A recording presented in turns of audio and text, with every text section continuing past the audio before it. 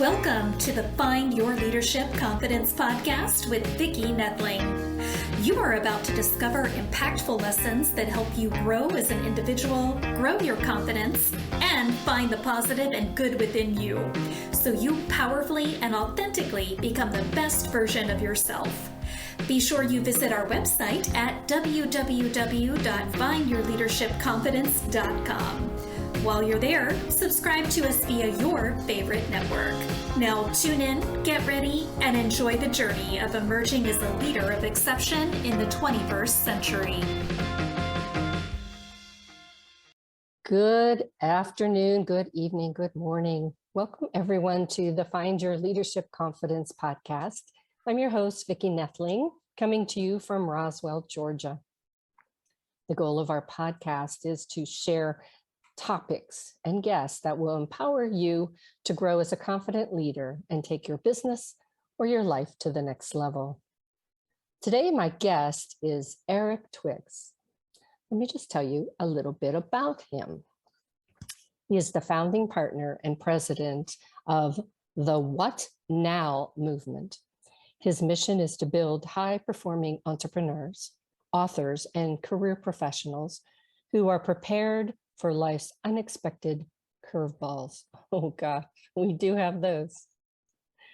He is the author of The Discipline of Now, 12 Practical Principles to Overcome Procrastination.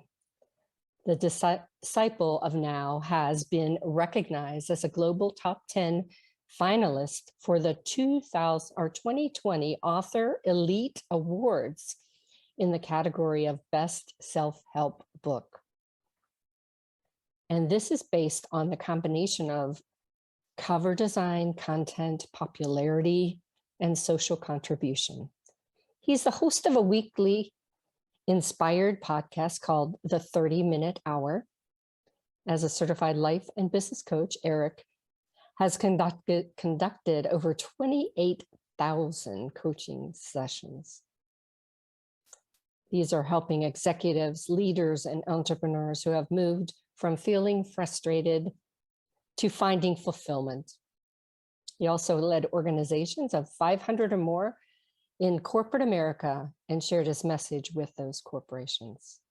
Let's get to know him a little bit more and delve deeper into all of these areas that he's touched on. So welcome, Eric. How are you? Fantastic. Thank you for having me on your show. It's awesome. Our theme today is going to be one that I think will strike a chord for many. If not now, maybe they're recovering, but it is overcoming procrastination. Oh, that lousy word. We always have excuses for why we didn't do what we needed to do, right? So why don't you first, as always, I give you an easy question to kind of break the ice. Tell our audience, what do you call home? Where do you call home? So I'm in Clinton, Maryland, which is about 20 minutes from Washington, D.C. Oh, very good. Mm-hmm. Yeah, my brother lives in Maryland as well. Awesome. It's a very nice area and not too far from the beach. I'm always happy if I'm not too far from the beach. Absolutely. And you've got great crab. Yes. That's what we're known for. Yeah. Soft shell. So tell us a little bit about your company, the What Now movement. How did it get started? What was the thing that pushed you from procrastinating to becoming a CEO and founder? Well, as far as the What Now movement specifically, we started that because of the pandemic. Right. So I'm the CEO and I have two business partners. And prior to the pandemic, we were saying we were going to work together. Right. We were saying that we were going to do these summits and get in a hotel room and get these speakers and get all these people in the room. It's going to be great. Yes.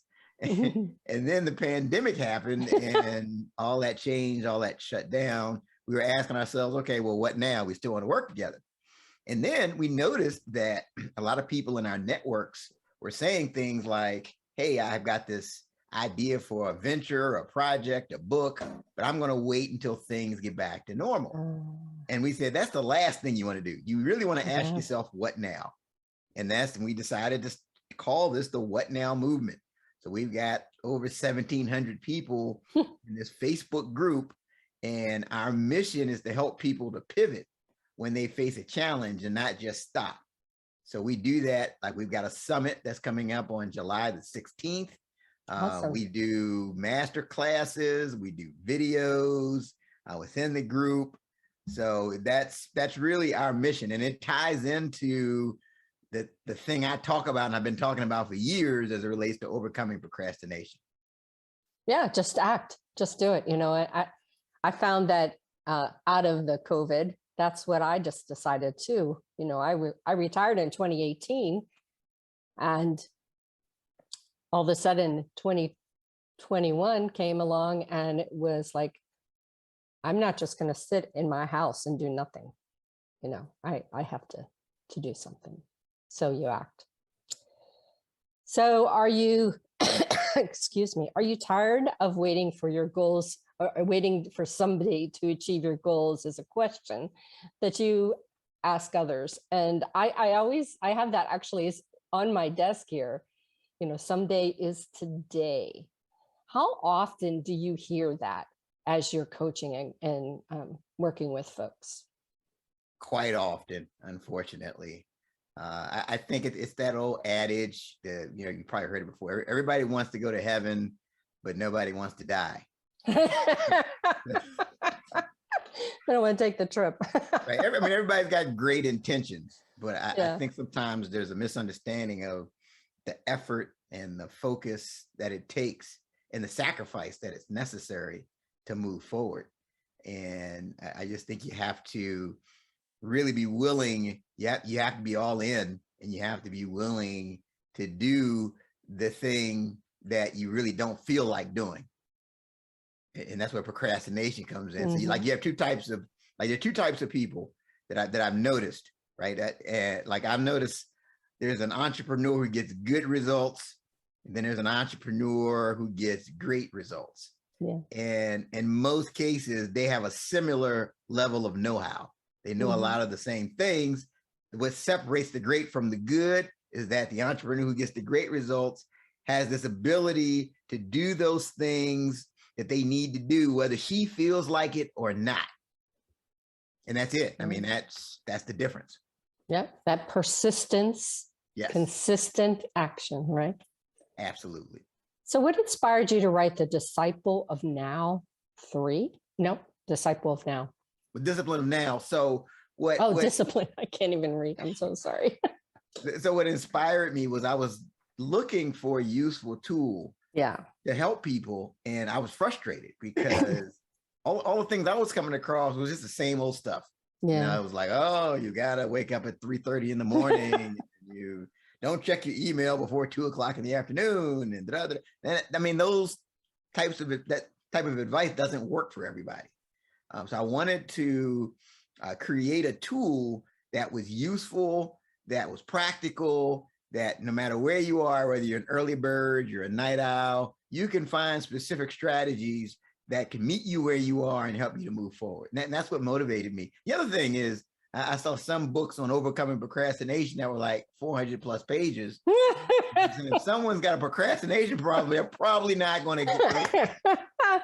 So true. They're going to procrastinate. They'll put it off. They'll put off the procrastination book. So true. So very true. Oh my goodness. So do you find that the discipline of now is really almost like a you fill in your information and it kind of allows it to customize to you? That's exactly it. Yes.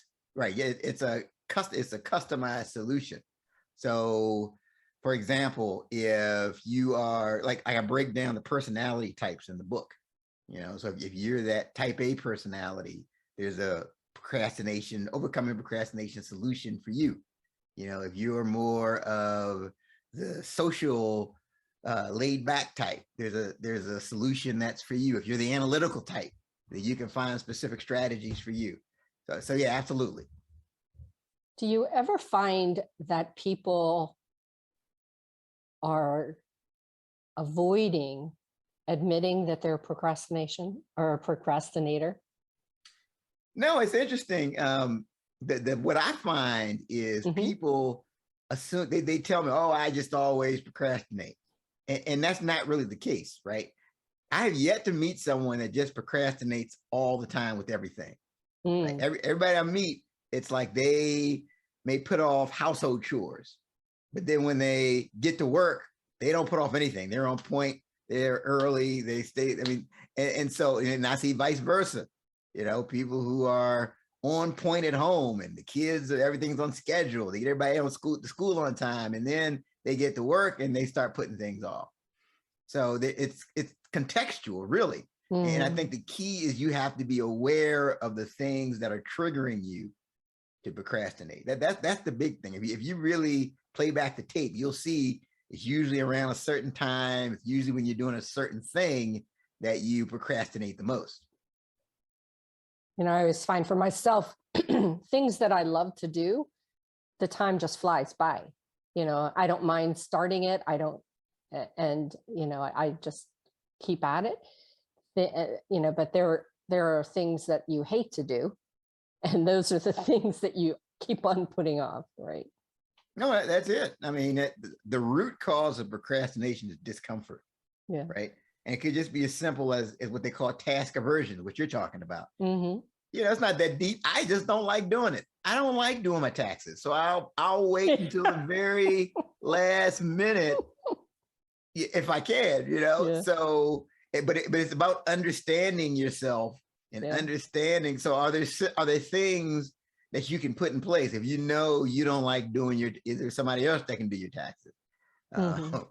You know, so that self-awareness piece is critical, and that's a key step. The book is designed to really heighten your self-awareness. How important is it for a recovering procrastinator to have an accountability partner, or, you know, you as a coach? Oh, it's huge. It's huge. And that's how I was able to finish the book, because I have a bad confession to make. Like, for a while, this is gonna sound bad. I was procrastinating on writing a procrastination book. Right? But literally, I was active in the National Speakers Association, and there was someone else. Her name was Laura Zam. She's a fellow author, great person. We would have these accountability calls, so each week. And I mean, the nicest person you will ever want to meet. So one of the calls, she says, so Eric, you know, last week you said you'd finish your outline. Did you finish your outline? No, I didn't. No, I didn't. I felt horrible. But I tell you what, that's what helped me to make tremendous progress on the book. And I ended up getting it finished because every week we were just having these meetings and holding each other accountable. So I'm glad you brought this up. I would advise anybody to find a like-minded accountability partner that can really help you. Yeah, you know, have both of you have that similar goal. It's just so helpful. So we talked about some of the folks that the book is for, but is it for any age? You know, is it really a timeless kind of book that no matter where you are in your life, this book would help you? Oh, certainly. It applies. I mean, so typically my audience is the entrepreneur and executive leader that's looking to go from good to great. But I get requests from quite a few high schools, colleges, you know, stay-at-home parents, stay-at-home mothers, I think the message is universal. And I think everybody can identify with something that they're procrastinating on. I mean, the studies show, the University of Calgary study that said 95% of the population has some issue with procrastination. Now, I believe that the other 5%, they just haven't gotten around to finish the survey. So that's good point. Good point. So what are some simple steps that right today you could give our listeners, maybe 3 or so that they could use to help to combat this procrastination that's keeping them from their success? Well, I would say one thing would be eliminate the distractions, right? Mm-hmm. And again, it's all about knowing what triggers you. So what happens is if you start feeling anxious, you're looking for that relief. You're looking for the dopamine release. And a lot of times you get that from your phone. And so if you can eliminate the alerts, the notifications, the chimes when you get an email, a lot of those, that the phone is the most distracting thing that you own. So if you can get rid of a lot of those distractions, that'll help. Another thing that works with a lot of people who, I'm telling you, we start our coaching relationship, they tell me they're just a chronic procrastinator. By the time they do this, they find that they procrastinate a lot less. It's just really getting in the habit of making appointments with yourself. So you can use your Google Calendar. So instead of saying, okay, I'm an entrepreneur and I'm gonna write my business plan this week. Okay. And then you look at Friday at 5 o'clock and you haven't done it. So instead of doing that, say, hey, I'm on Tuesday at 1 o'clock. You put it on the calendar. You include the day, the time, and the place. Tuesday at 1 o'clock in my office, I'm going to write my business plan. Right. And so if you include the place, the studies show you're 40% more likely to do it. But just getting in that habit of making appointments with yourself, that'll go a long way. You'll find that you're procrastinating a lot less. Yep. I could not live without my calendar. Yeah. I was going to ask you a question related to that accountability in the calendar. Do you find that having smaller chunks that, sometimes we procrastinate because it just seems overwhelming? Well, that business plan, overwhelming. But, could you advise somebody to maybe do the intro or something, do 10 minutes of your business plan on Monday and then 10 minutes on Tuesday? Would that be something that would help a procrastinator? Oh, sure. And it's funny because I mentioned the business plans because the people I work with, we do like a 1-page plan. So it's not as overwhelming just for that reason. But yeah, if you're doing the traditional one, you can break it down into chunks. You can say, I'll spend, 15 minutes. Well, I'll spend 30 minutes working on the business plan. Mm-hmm. Right. So you can, get the kitchen timer, set it for that. You've got the reminder, you eliminate your distractions and just say, I'm going to work on it for 30 minutes. You don't even have to say, I'm going to complete it. Just work on it. And sorry, go ahead. Yeah. And so that way you're just kind of breaking it down in the chunks, and because the small steps count. Yeah, it sure does. Yeah. The small things, they come, excuse me, they compound over time. Sure. Well, this has flown by here. But one last question before we hit the rapid fire is, whenever, before the pandemic hit, before you came up with this idea, were you a chronic procrastinator? I wouldn't say chronic, but I mean, I just had certain things that I didn't like to do it. And so I had to put it off. And it's just about being aware of those things, and I had to learn that just because it has to be done, it doesn't mean that I'm the one that has to do it. Ah, so wonderful. That should be repeated. Yeah. The whole idea of delegation. Mm-hmm. Get a VA or somebody. That's why I have a VA to this day. Her name is Esther. She has been a total game changer for our business, because she does, a lot of the little scheduling and a lot of the little follow-up details, she's excellent at it. And now I can focus on the bigger picture. But I have to be very careful because it's easy. If I'm not aware, I can fall into procrastination habits. I'm not different from anybody that's listening or watching. The difference is I've embraced certain habits. And that's, I think the secret to it is to have embrace the mundane of the repeatable task so that you get to be a habit of doing what you need to do. All right, so the rapid fire questions will start now. So that you don't have to really tighten your seatbelt, but they'll be easy enough. When you were a child, what did you think you were going to be at this age? That's interesting. It's funny. I could see myself being like a businessman. Well, once I got past the whole NBA thing. The first year I wanted to be Dr. J and Magic Johnson, but once I realized I wasn't 6'6", I could always see myself being like a business person. What led you to decide to be a certified business coach?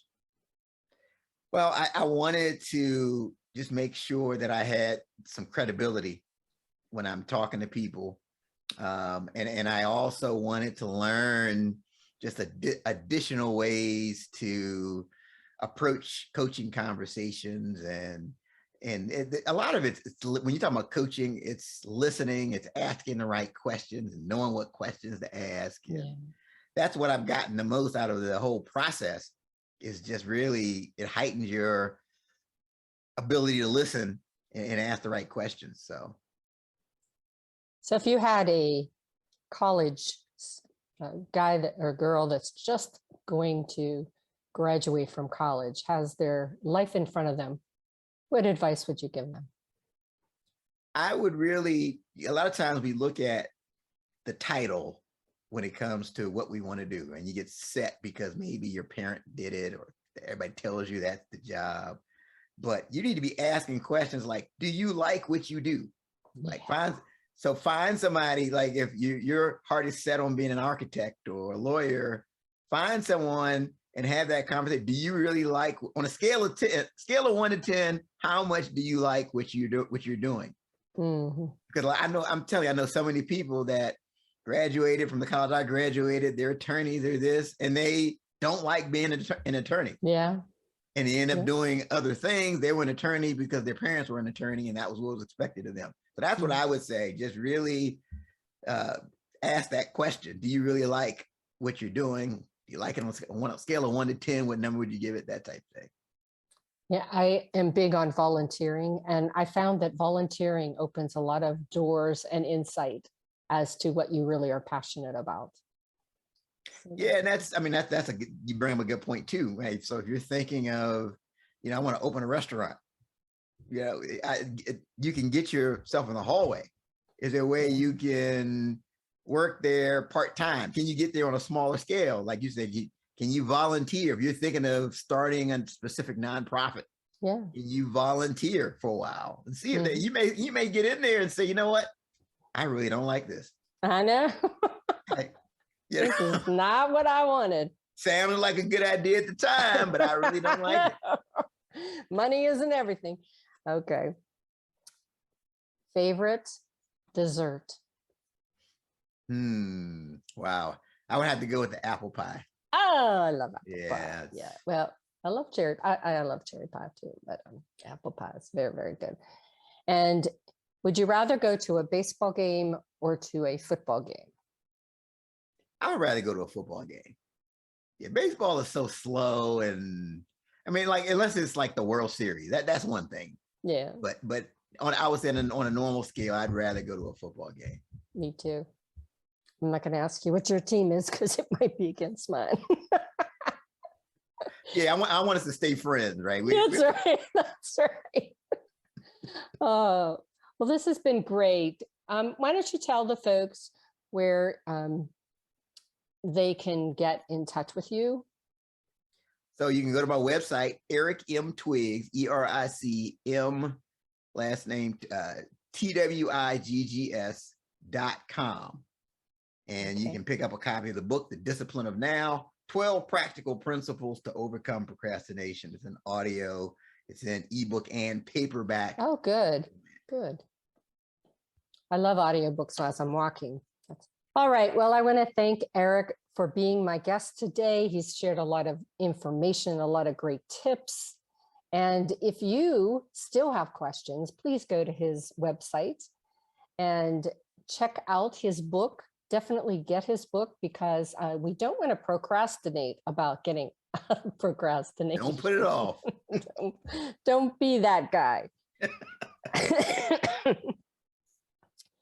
Well, it has been a pleasure. And as always, I end saying, until we meet again, remember, life is a journey and it's up to you to enjoy the ride. This is Vicki Nethling signing off. Thank you for tuning into the Find Your Leadership Confidence podcast with Vicki Nethling, where we share impactful lessons that help you grow as an individual, grow your confidence, and find the positive and good within you so you powerfully and authentically become the best version of yourself.